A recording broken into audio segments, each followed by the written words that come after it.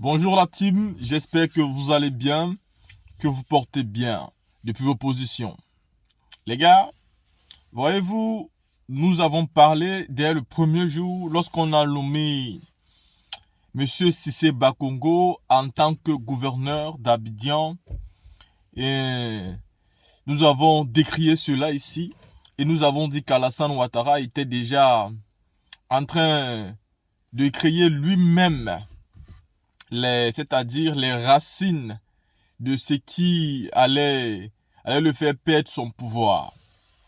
Parce que déjà, en termes de loi, Adama Cissé Bakongo ne peut pas être gouverneur du district d'Abidjan, mais aussi en termes d'histoire, en termes de ce qui a toujours été fait, en termes de ce que le président Houphouët-Boigny lui-même avait promulgué pour éviter des conflits, pour éviter des guerres.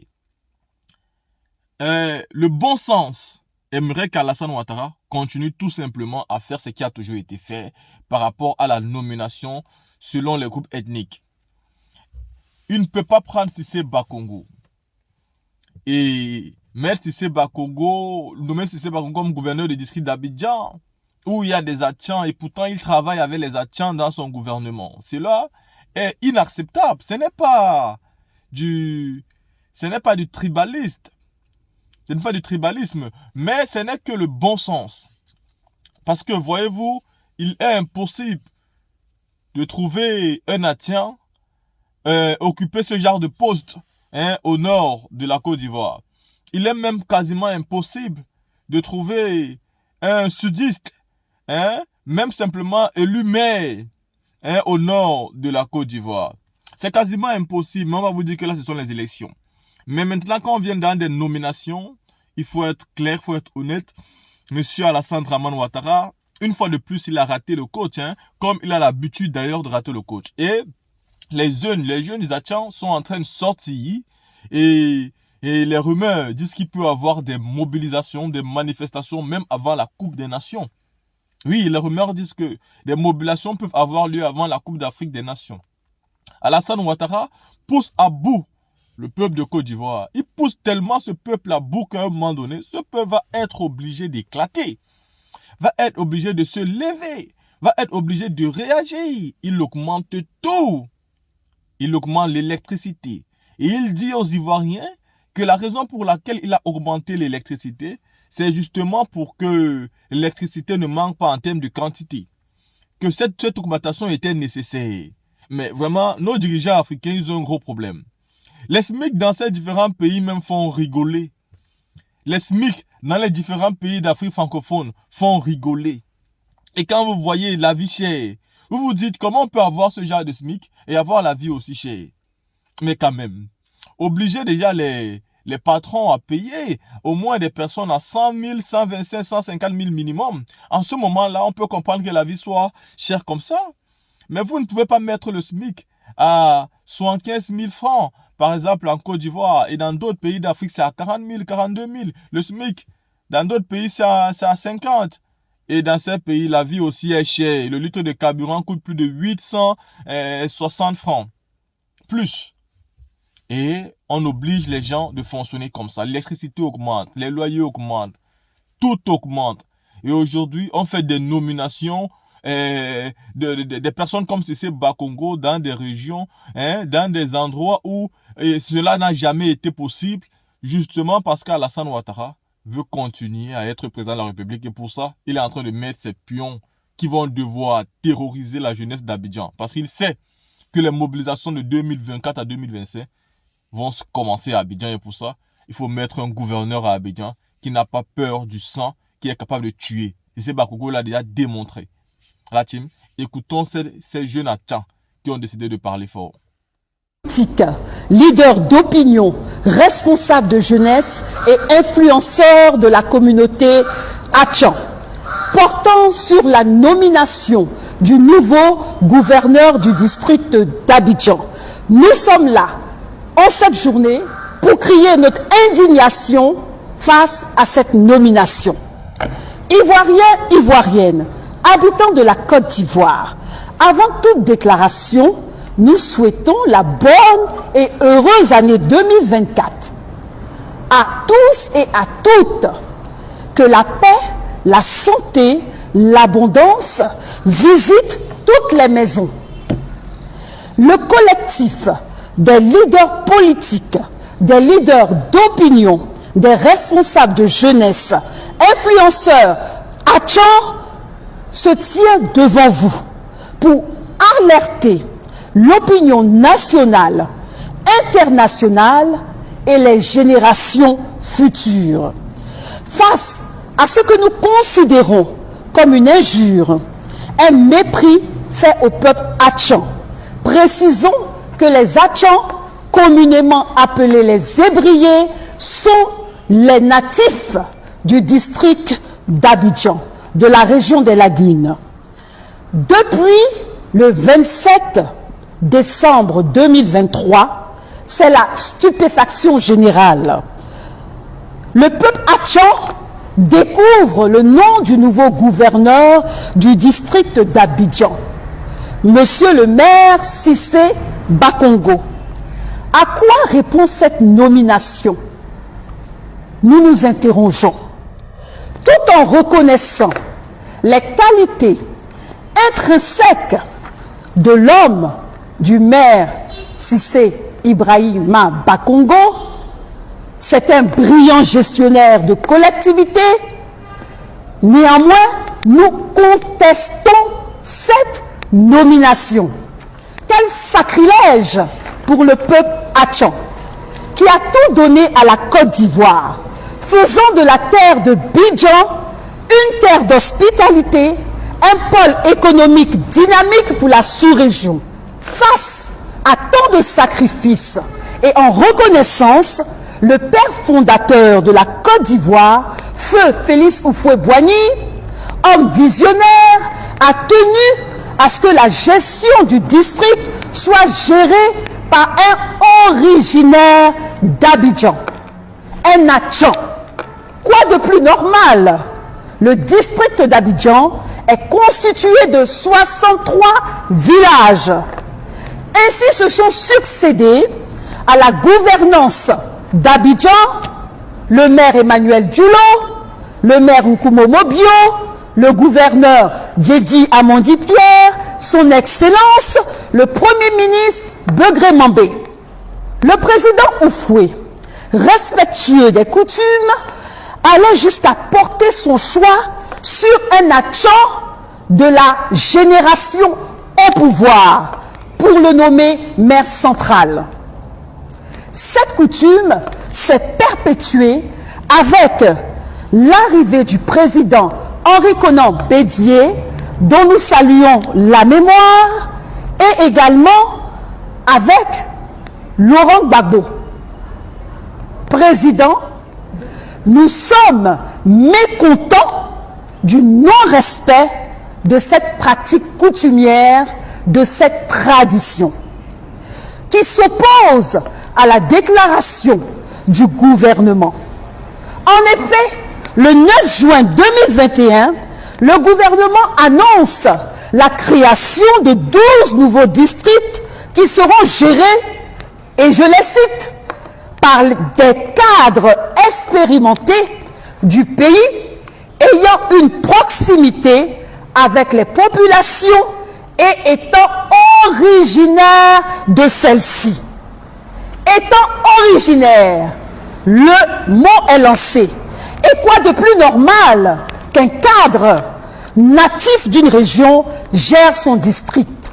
Rappelons que, conformément à la loi numéro 2014-451 du 5 août 2014 portant statut du district autonome, en son titre 2, compétences du district d'Abidjan, l'une des compétences, et nous citons, c'est la protection et la promotion des traditions et coutumes. Alors, question.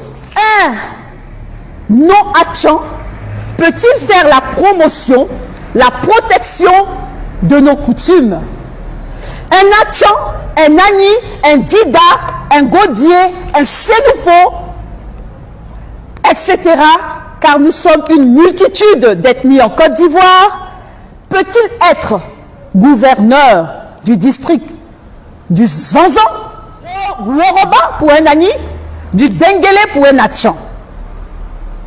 Pourquoi on impose aux Atchans un gouverneur non issu de son groupe ethnique?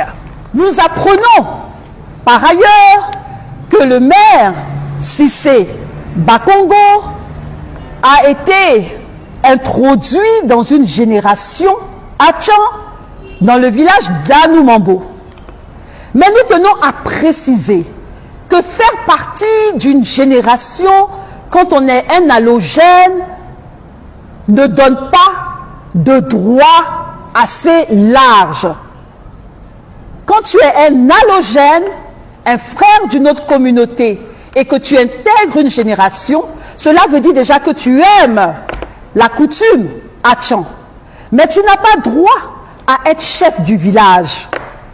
Tu n'auras jamais droit même à être membre de la notabilité. C'est juste ce qu'on peut appeler un folklore. Alors, le collectif présent en ce jour, les leaders d'opinion, influenceurs de la communauté Atchan, les politiques, les responsables de jeunesse et de femmes s'insurgent contre la nomination du maire Cissé Bakongo. Et nous posons la question à son Excellence, le Premier ministre Begré Mambé, il n'y a-t-il pas assez de cadres Atchan capables de lui succéder? N'a-t-il pas des collaborateurs dynamiques qui ont travaillé à ses côtés, capables de prendre la relève de la gestion du district d'Abidjan pour que nous puissions, avec stupeur, constater que c'est un non-Atchan qui va diriger notre district. C'est une trahison à l'endroit du peuple Atchan. Pire, c'est une violation flagrante des textes de loi adoptés par l'Assemblée nationale et promulgués par le président de la République. L'article 12 de la loi numéro 2014-451 du 5 août 2014 stipule la fonction du gouverneur de district autonome est incompatible avec celle de président d'institution, membre du gouvernement, de député, de maire, de président du conseil d'administration, de directeur général adjoint de société à participation financière. C'est clair. Soulignons l'incompatibilité de la fonction de gouverneur du district autonome avec certaines responsabilités, la nomination de ministre-gouverneur pour diriger les nouveaux districts suscite des préoccupations quant à la possible contradiction avec l'article 12. Il est impératif que la nomination de ces personnalités éminentes respecte scrupuleusement les lois établies, assurant ainsi un système transparent, équitable et conforme aux principes démocratiques. Nous rappelons également l'importance de préserver la tradition établie dans la gestion du district autonome d'Abidjan. Depuis le père fondateur Félix Houphouët-Boigny jusqu'à notre jour, cette tradition a été solidifiée grâce à la ténacité d'Emmanuel Aliment-Joseph Dulot. Les gouvernements successifs ont respecté cette tradition. Cette tradition est profondément ancrée dans notre identité collective, symbolisée par le logo du district et son inscription en Atchan. Atchan Goto Fait. Un appel vibrant à l'unité et à la fierté. Atchan Goto Fait. Ces marqueurs témoignent de la lutte et de la sagesse, ayant permis aux Tchamans de trouver leur juste place dans la gouvernance du district autonome. Au nom du collectif des leaders politiques, leaders d'opinion, responsables de jeunesse et influenceurs de la communauté Atchan, nous réaffirmons notre engagement envers le respect de cette tradition et notre volonté de veiller à ce que les principes démocratiques et les aspirations du peuple soient préservés dans tout processus de nomination et de gouvernance. Nous appelons le gouvernement à prendre en compte ces éléments dans le processus de sélection des ministres-gouverneurs en assurant une transparence accrue et une consultation active des communautés locales. Nous aurions souhaité que les communautés locales soient consultées quant à la désignation du nouveau gouverneur du district d'Abidjan. En agissant ainsi, nous contribuerons à préserver l'héritage de notre nation, à renforcer notre unité et à garantir un avenir prospère pour tous. Nous demandons justice et réparation de ce préjudice, de cette injustice, de cette injure faite au peuple Atchan. Cette justice et cette réparation, nous pourrons vous soumettre quelques pistes de réflexion. Notamment, il est indéniable que le premier vice-gouverneur soit un Atchan. Et que parmi les 12 vice-gouverneurs qui vont siéger, la majorité soit des Atchans, pour laver ce que nous appelons cet affront. Nous souhaitons que la paix en cette année 2024, nous souhaitons que la cohésion sociale soit véritablement un gage dans notre communauté. Et nous souhaitons que la voix des populations, aujourd'hui celle des Atchans, soit prise en compte dans le processus d'élaboration d'une Côte d'Ivoire unie, prospère et victorieuse. Vive le peuple tchaman! Vive la République de Côte d'Ivoire! Que Dieu nous bénisse! Mais, sifflet dans bœuf là, chers camarades peu d'Afrique, on va écouter la vidéo, après il y a décortiqué, parce que, voilà, il y a décortiqué, on est parti. Communiqué de la Fédération nationale des leaders Atchan. Le mercredi 27 décembre 2023, il a été rendu public un décret portant nomination de plusieurs personnalités. Des nominations parmi lesquelles figure le nom du député maire de la commune de Koumassi, M. Cissé Ibrahima Bakongo, en qualité de ministre-gouverneur du district autonome d'Abidjan. Pour la première fois en 42 ans, le poste de ministre-gouverneur revient à un nom Atchan. La Fédération nationale des leaders Atchan prend acte de cette nomination avec regret. La Fédération nationale des leaders Atchan, en abrégé FNLA, rappelle que c'est en 1981 que le président de la République d'alors, Félix Houphouët-Boigny, le père fondateur de notre nation, dans sa sagesse légendaire, a jugé bon de réserver le poste de maire de la ville d'Abidjan à un Atchan.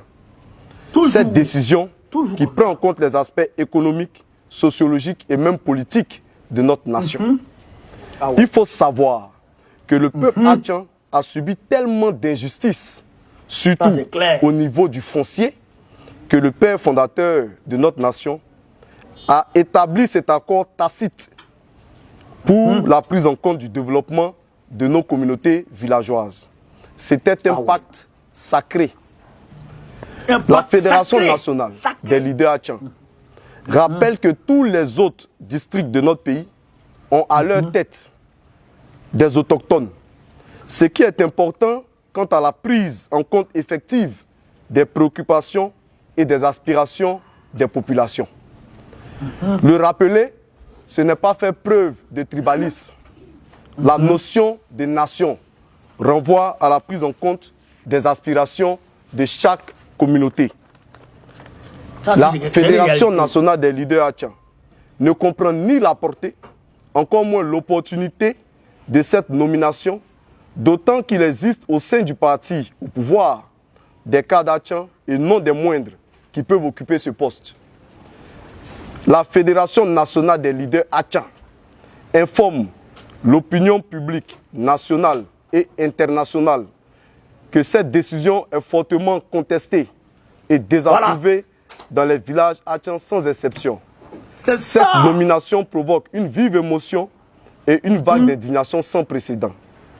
Au regard de ce qui précède, la FNLA appelle les cadres, les élus et les chefs de village Hatchans à prendre des positions publiques claires et sans ambiguïté. Sans ambiguïté. L'histoire les regarde. L'histoire les regarde.